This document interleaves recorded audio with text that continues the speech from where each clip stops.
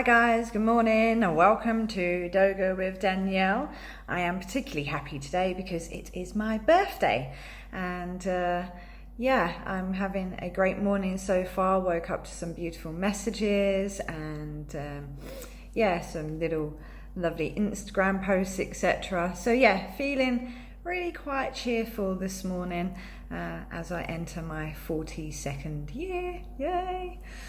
Obviously that then will lead me into having a think about the connection between yoga and birthdays and what the philosophy might bring on that. And I did look up some bits and pieces on the old intranet, and I came across an article in Wanderlust by Alexandra Di Seato, who I probably didn't even say that correctly.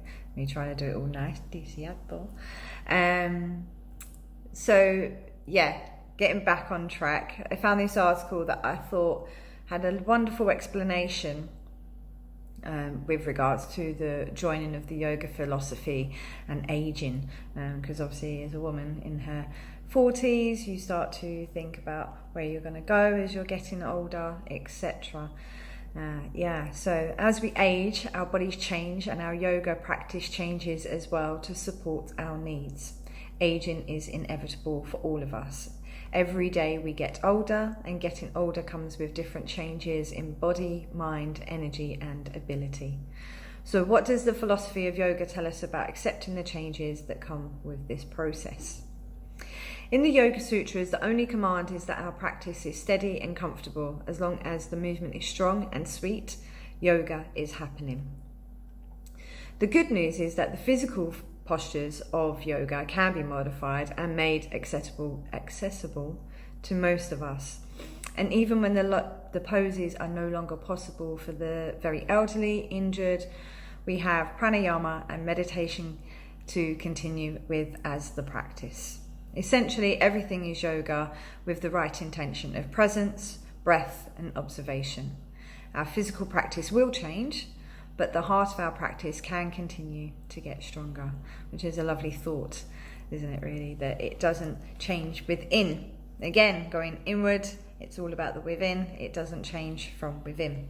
So let's look a little bit deeper on that. So in the fourth niyama, which was Svadhyaya,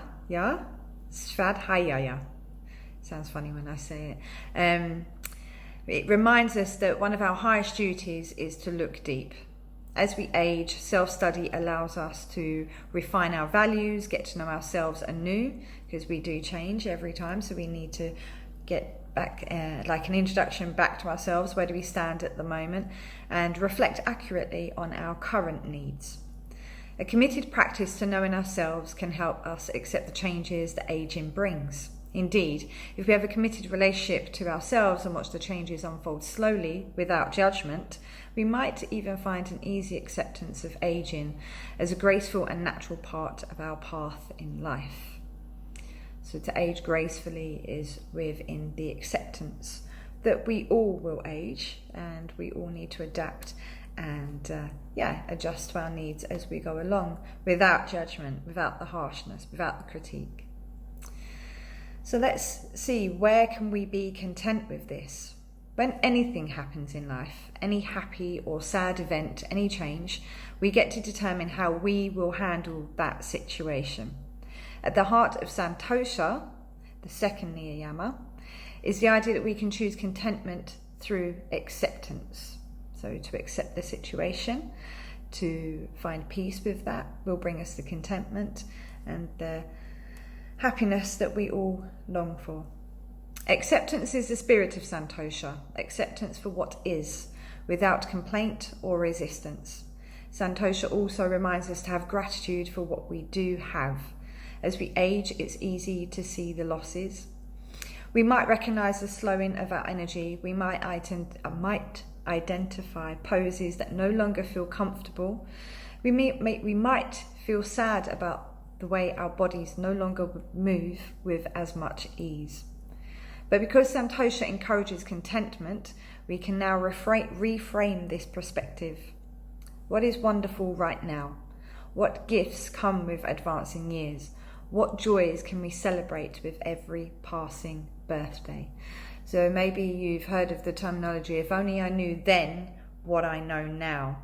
You know, that's what gifts come with advancing years, the knowledge of experience. And what joys can we celebrate with every passing birthday? Well, to be having another birthday is a celebration in itself. I have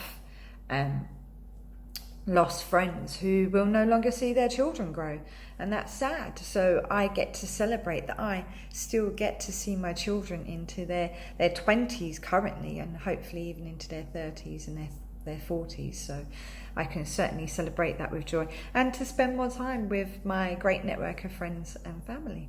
So yeah. So at the end, Shavasana. At the end of every yoga practice, we spend several minutes in corpse pose where we lie on the earth and rest our breathing bodies. For beginning yogis, as we spoke about, I think just yesterday or the day before, accepting this stillness of body and mind can be one of the most challenging asanas, one of the most challenging postures or practices or poses. We practice corpse pose in part as a reminder that we are all moving toward the final letting go. So we are all living life to ultimately leave it behind. For advanced practitioners who arrive in Shavasana with joy and relief, ready to celebrate the fruits of a good practice they have worked hard to achieve, yogis can take that same idea into our navigation of the practice of life and aging. Every year we are moving toward the end and living life with joy, celebrating the goodness we have experienced through our enjoyment of life. Shavasana can become a reminder that growing older is natural, inevitable, and a cause for celebration. You see, I'll leave you with this little quote here. You only die once. You get to live every day. So you've heard of the term YOLO, you only live once. Well, you don't. You get to live every day. Every day brings a new dawn. Every day brings a new horizon, and you get to live that every day. And the ultimate end journey is the letting go of having all that enjoyment and then moving on, possibly, if you believe in reincarnation, to the next life to begin again. So I'm going to nip away, have a little think about maybe what posture I might be able to show you today that falls in line with the aging process, birthdays, etc. And we'll see what I can come up with. See you in a moment. Okay, so I decided on a forward fold, which I'm not very good at, by the way, just due to the tightness in my hamstrings and the sciatic nerve that I have going on. But I thought it would be a great way to show maybe a kind of bowing gracefully to nature and to life in its essence. So you stand, feet firmly placed on the ground. I'm hoping you can just imagine that part, because trying to get the camera angle for this was quite funny. And I thought I'd stand to the side to give you an idea of what it doesn't look like generally, but it doesn't mean that you can't do the pose just because it's not exactly how it should look, as long as you can feel your way through it. So feet placed firmly on the ground. We take a big breath in, raising our arms, and as we let that go, we just literally fall down. You'll see I'm having to bend my knees quite a bit, because that's the aim. You need to keep your back as flat as possible. And where I can, I will raise my legs up a bit more. And then we'll take a big breath in as we come up. Let it go as we're here. Bring our arms into prayer pose if we like. And let's do that one more time together. So now you know kind of what you're meant to be doing. And just raise your arms in, take a deep breath in. Breathe out, let it go. Breathe down in as we come up. And then breathe out, let it go. And then if we do that one more time, just from the front, just because it feels so good this morning. We're just gonna breathe it in, breathe it out, and it'll go. Breathe it in, and let it out. Have a great day, guys. Namaste.